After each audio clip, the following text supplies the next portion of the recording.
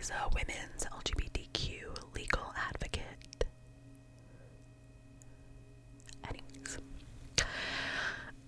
Anyways, we don't claim her, baby. We don't want her help. Let me tell you that. But anyways, we will talk about all those things.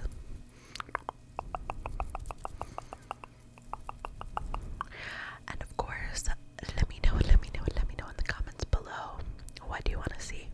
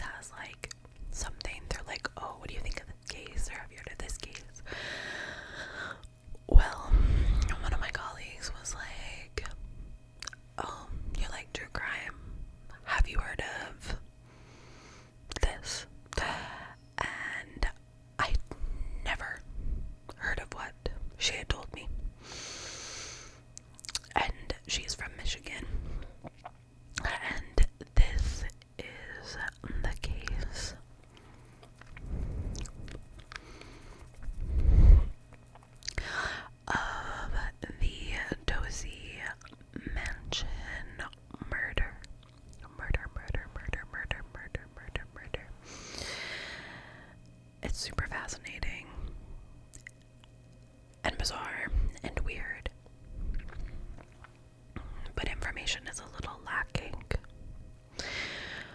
So most, if not all, of the information I am presenting about this is directly from the 1974 Herald Press news articles from St. Joseph, Michigan,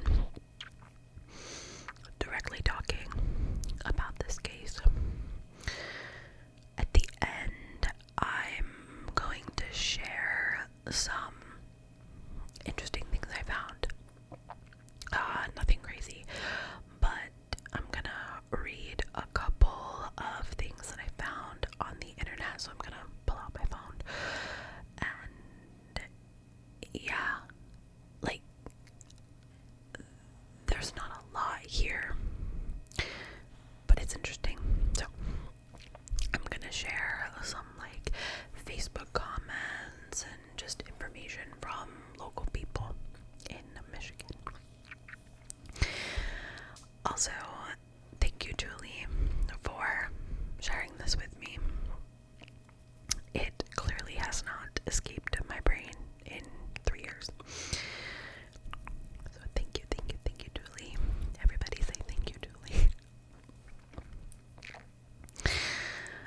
If I am looking off to the side, it's because I have my notes reared and ready to go. Raring and ready to go. Whatever. So, I'm going to take you back to 1974. And we are going to go to 4328 Ridge Road in Stevensville, Michigan, where Emil, Tosi, and his family settle into their new home. I know a little bit about Emil Tosi. He owned a restaurant near his new home, and he gained a lot of local fame for this restaurant, but had, for whatever reason, I don't know, sold the restaurant in 1974, but the restaurant still bears his name, Tosi. I did look up the restaurant. It's still very much active, and it does indeed still carry the Tosi name. And on Google Maps or Apple Maps or whatever it was, it says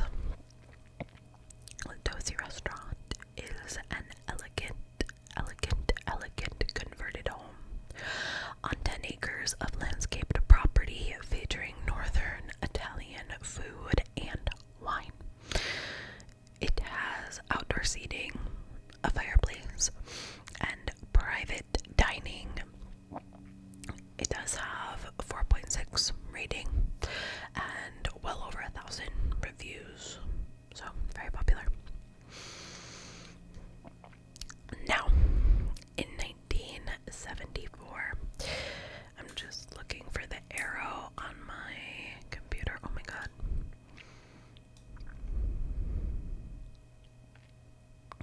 Okay. In July of 1974, Emil began to see a lot of bugs in his home. And what do you do when you see a lot of bugs? You freak out. You freak out. If you're like me, you freak out. He contacted an exterminator right away. But the bugs seemed to keep coming back for whatever reason. And these attempts to control this bug problem seemed to fail. Then the family began to notice various odors that would waft around the room and around the home, but they could never find the source and cause of this. So, meanwhile, the furnace and the chimney began to act up, creating a lot of like thick smoke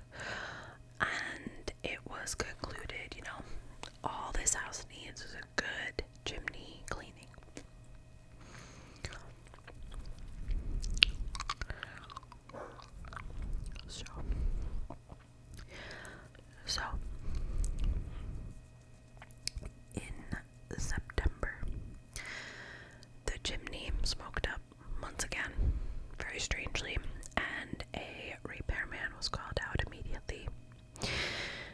This is when the repairman, or if he was a chimney sweep or whatever, I'm not sure, the chimney cleaner person, the person that was called to look into this, had reached up into the chimney and felt clothing, hair, and skin,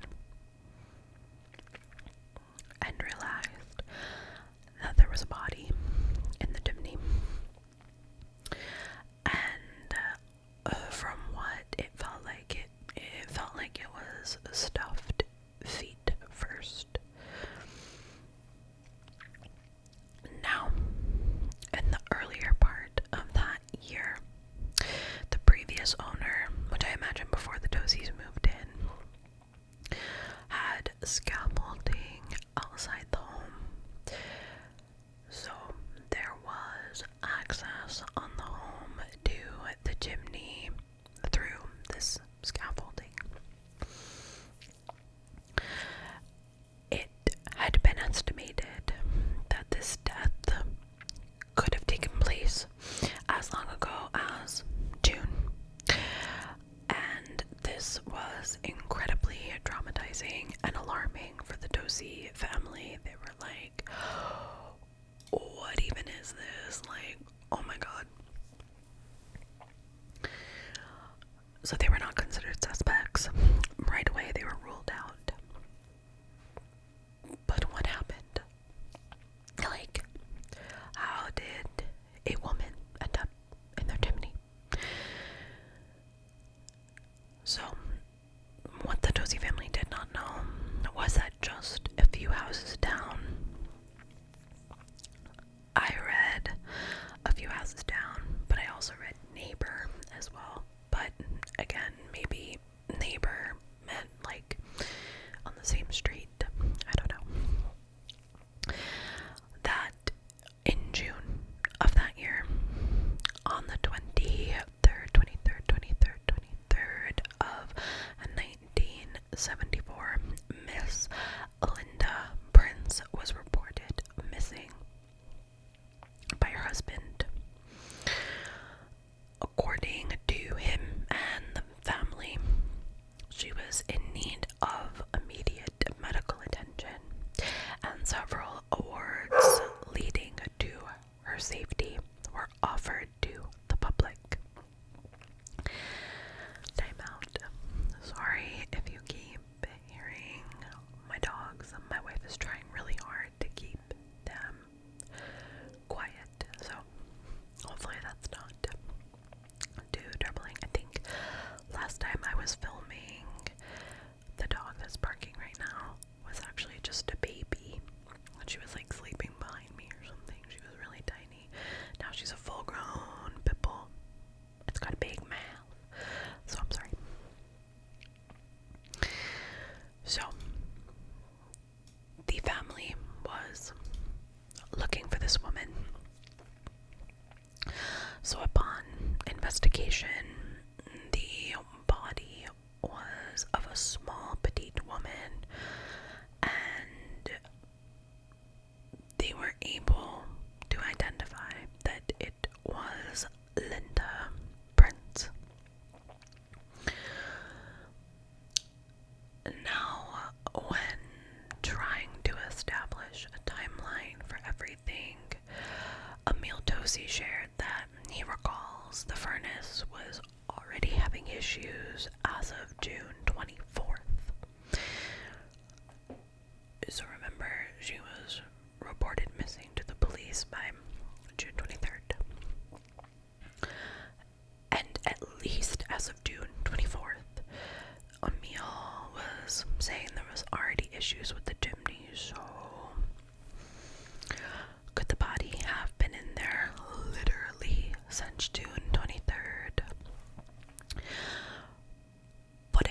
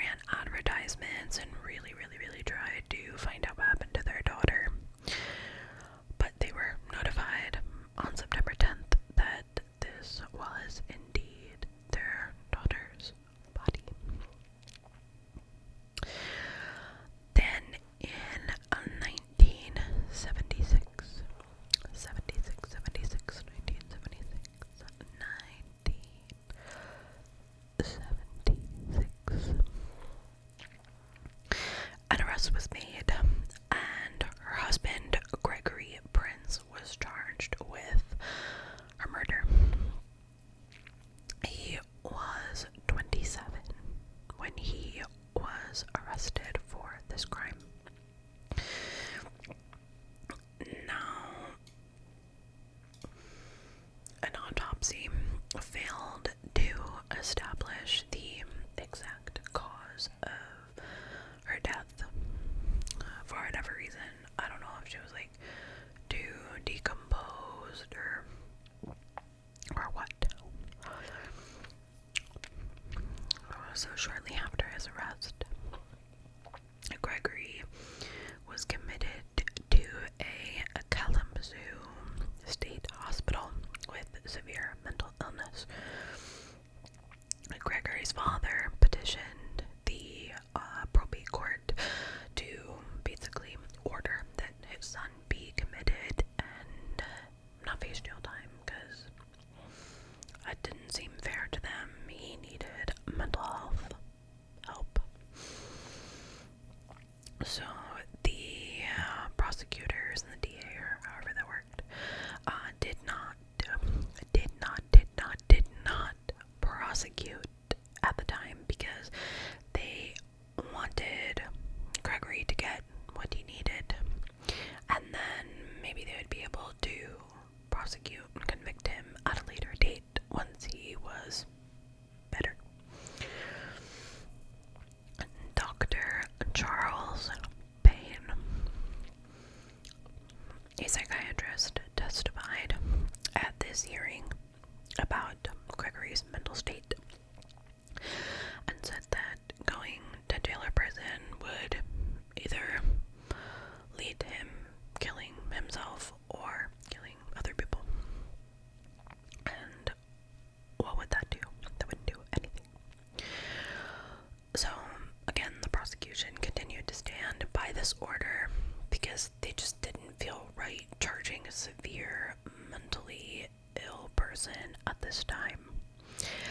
And again, wanted to be able to have the chance later. And the psychiatrist concluded that he would be committed, or need to be committed, for an extensive period of time that could be up to several years.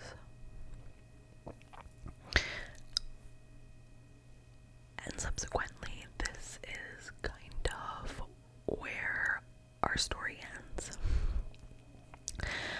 I could not, for the life of me, find anything out about Gregory. I was like, did he die in the mental hospital? Is he still in the mental hospital? Did he ever go to, like, I literally cannot find Gregory. If there's any internet sleuths out there, find Gregory Prince. I literally don't know what happened. And if anything did happen, it wasn't made public. At least that I could find. So, from what I'm gathering, he was hospitalized until he died. I don't think he's still alive, but there's that. So, I'm gonna grab my phone and I'm just going to read a couple things that I found online that were a little interesting to me. So, when searching this case, again, the only things that really came up were the news articles, right? Well, I found a post on answers.com and then another post on Facebook that, I don't know, I just thought were interesting to share. So, I found this post on Facebook, and anybody can look this up, from someone sharing. It looks like it's a like a Michigan type of Facebook page where they share like stories and things that happen, and accidents that are going on, or old stories and buildings and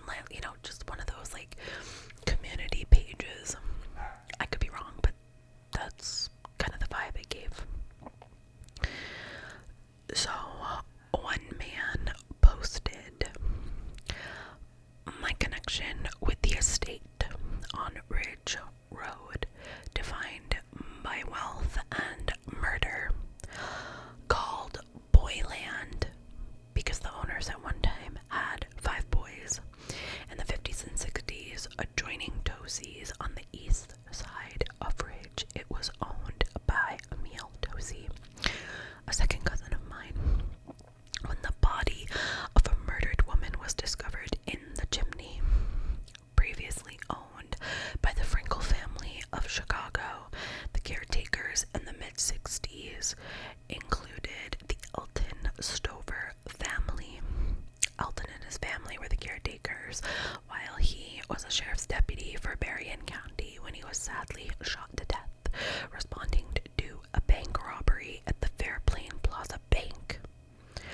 Our then family home north on Ridge was, before we owned it, known as Girl Land because the family had 5 girls, although it was hardly a real estate like Boyland.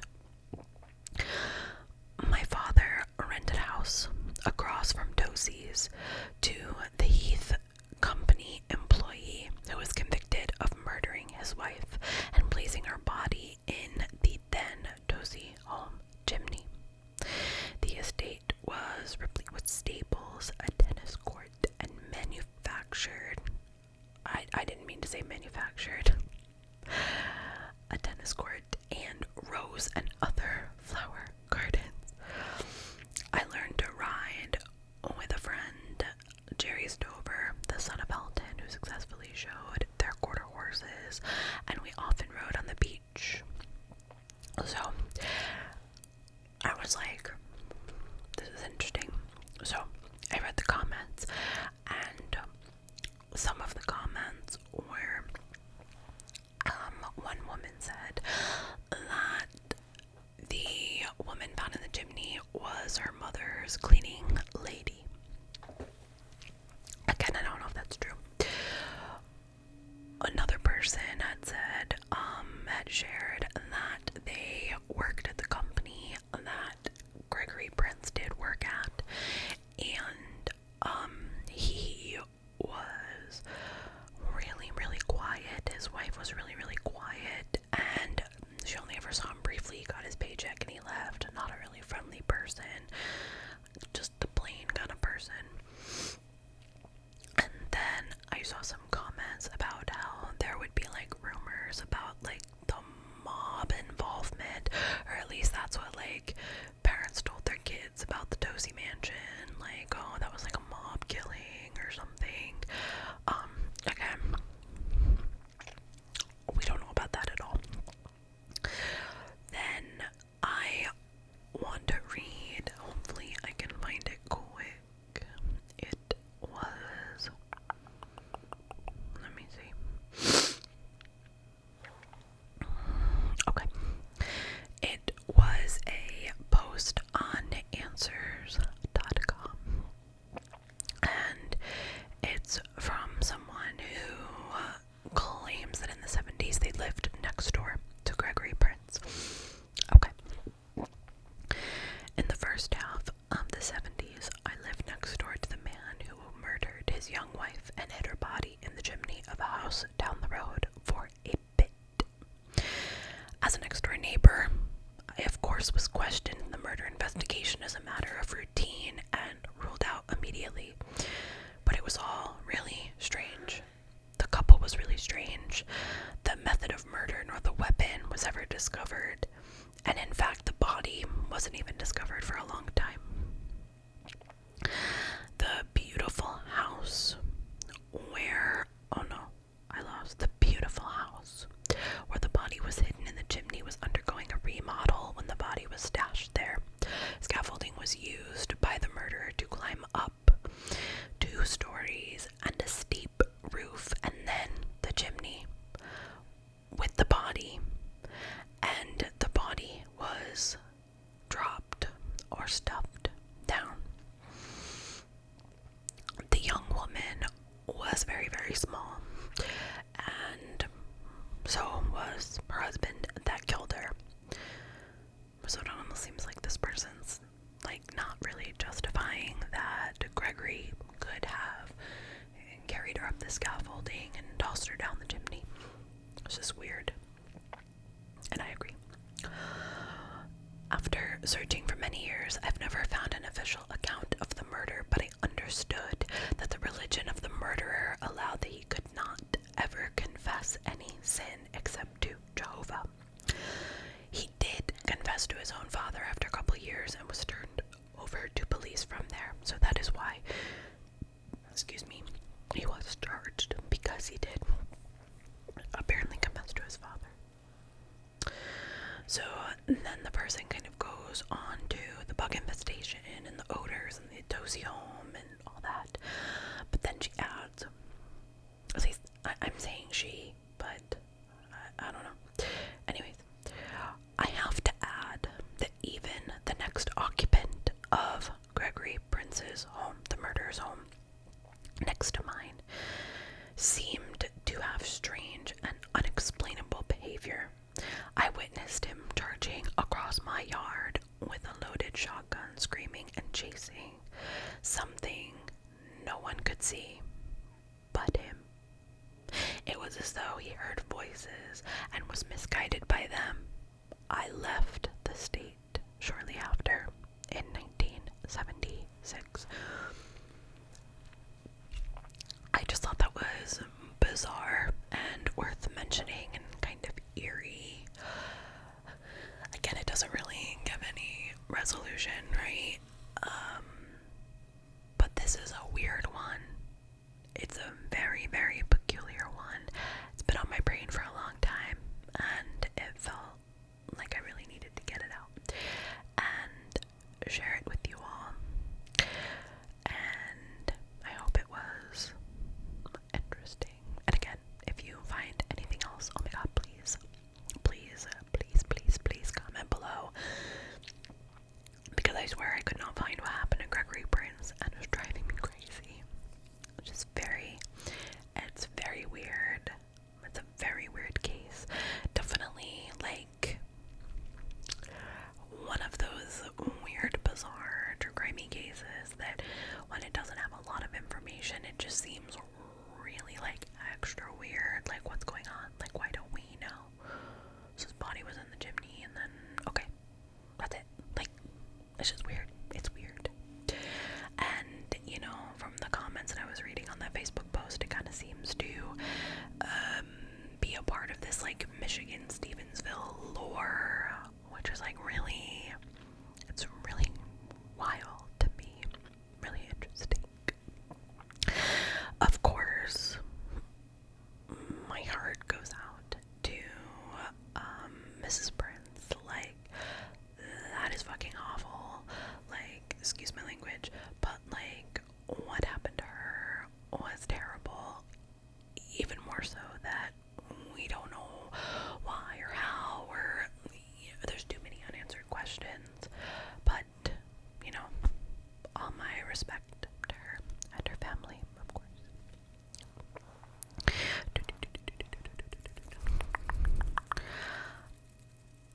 I'm so happy to be back with all of you.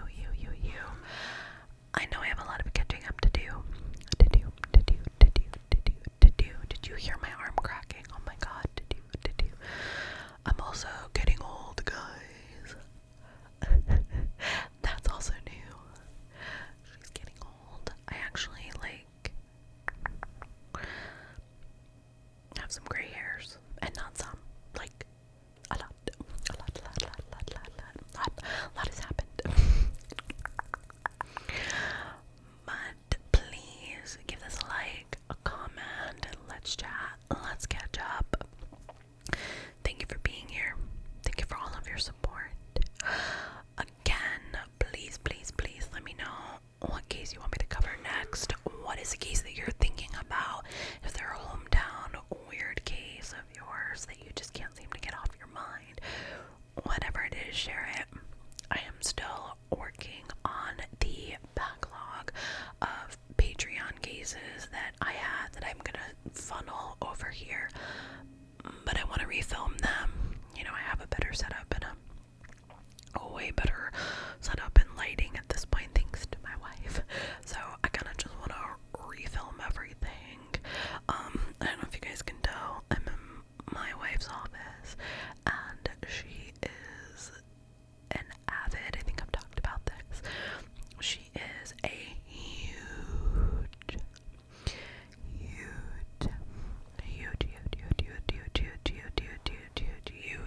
Mario collector.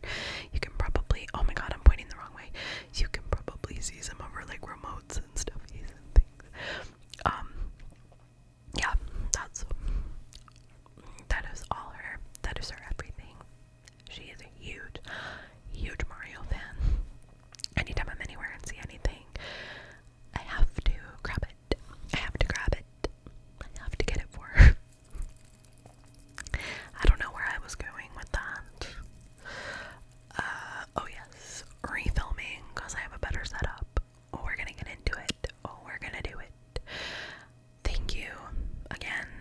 so much.